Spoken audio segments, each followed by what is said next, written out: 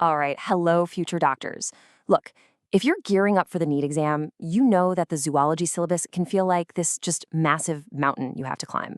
But today, we're not just going to climb that mountain. Nope, we're going to find the smartest, most direct path straight to the top. So how do we do that?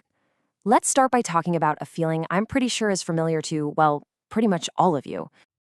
Yeah, that feeling. You open the textbook, you see just chapter after chapter, and that quiet little panic starts to creep in, right?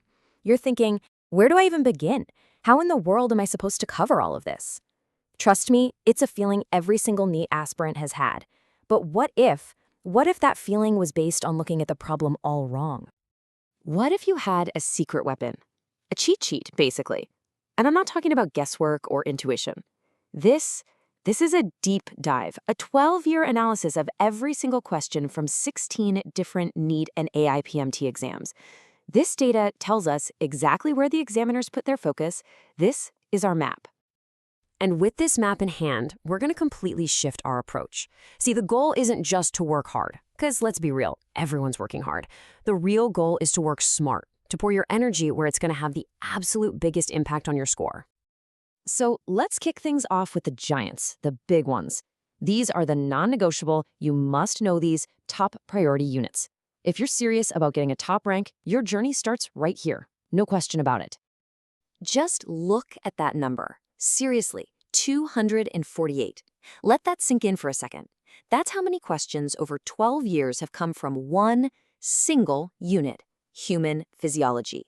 It is, without a doubt, the undisputed king of the zoology syllabus. This unit isn't just important, it's the entire foundation of your zoology score. But here's where it gets really, really interesting. Even inside this huge unit, the questions aren't just spread out randomly. Oh no. In body fluids and circulation, 13 questions came from just the topic of blood and RBCs. And in breathing and exchange of gases, 12 questions were laser-focused on gas transport. You see? This isn't an accident. Examiners love these topics because they test the absolute core concepts of how the human body works. This is how we get super specific and really charge up our focus. Okay, next up on our hit list, biotechnology. With 97 questions, this unit is an absolute powerhouse. It's modern, it's all about applications, and you better believe the examiners love it. You just cannot afford to skip this one. And again, if we zoom in with our data map, we get the exact coordinates. Inside principles and processes, just look at the tools. 12 questions on enzymes, 10 on vectors. Then in applications, a whopping 11 questions just on BT crops.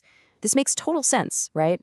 These are the tools that are the bedrock of modern medicine and research, and they need to know you get it. The takeaway here is crystal clear. Master the tools and the key applications.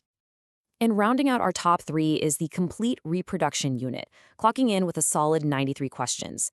When you combine human reproduction and reproductive health, this whole area is just a consistent goldmine of high-value questions. So there you have it, physiology, biotech, and reproduction. That's your golden triangle. Okay, so we've nailed down the giants. Now let's talk about the next tier. Beyond those big 3, there's a set of chapters that are just total workhorses. You know, they might not have the crazy volume of human physiology, but they show up year after year, reliably giving you questions. This chart right here shows our next group of heavyweights. You've got Animal Kingdom leading the pack with 73 questions. And right behind it, you have Human Health and Disease and Evolution, both tied at 60 questions. Sure, they're individual chapters, not massive units, but mastering them is absolutely essential for building a competitive score. Now, let's just put this into perspective for a second. The entire human physiology unit gave us 248 questions. But these 3 separate chapters, Animal Kingdom, Human Health, and Evolution, if you add them up, they gave us 193 questions. That is a huge number coming from just 3 chapters. It just goes to show you how vital this second tier really is. So why do these chapters matter so much? Well, for one, they're predictable. You know they're coming. They also build the core of your conceptual knowledge. And if you master them, you've already secured a super high baseline score before you even touch the smaller topics. Let me put it bluntly. Ignoring these chapters is one of the biggest strategic mistakes you could possibly make. All right, we've covered the giants and the workhorses. Now let's talk about the final piece of the puzzle, what I like to call the strategic long tail. These are all those smaller chapters that, when you add them all up, can give you a massive competitive edge. So this is what your study plan should look like, visually. Based on all this data, about 45% of your effort should go straight to that high-yield hit list. Another 35% needs to be dedicated to those consistent workhorse chapters. And that last 20%, that's your secret weapon. That's where you strategically pick off the long-tail chapters to pull away from the pack. And just look at this. On their own, a chapter like structural organization or biomolecules might not seem as scary as human physiology, but 34 questions, 33 questions, 31 from excretory products, they add up so fast. Just these three together make up almost 100 questions. This is where ranks are won and lost. You know, this point is so important, it's worth saying again.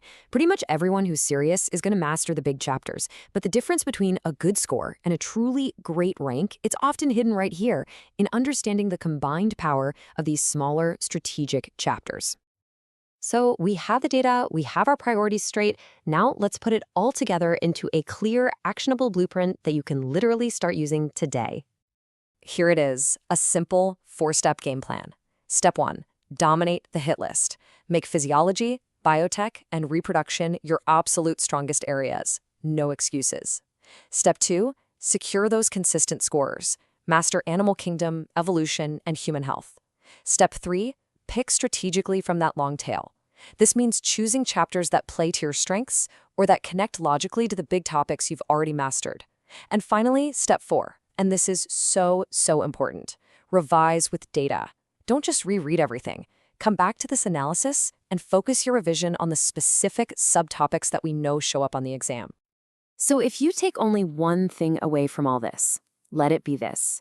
A high-yield topic isn't just a gut feeling. It's not just a chapter you find hard. It's a topic that the data proves is a priority. It's all about letting cold, hard evidence, not just effort, guide your entire study plan. We've laid out the what. This data gives you an unbelievable strategic advantage. But listen, it's not a magic pill. The how, the discipline, the consistency, the practice, that part is still all on you. The path forward should be a lot clearer now. That mountain doesn't seem quite so intimidating when you know exactly which trails to take. You've got the map, so the only question left is, are you ready to start the journey? Good luck.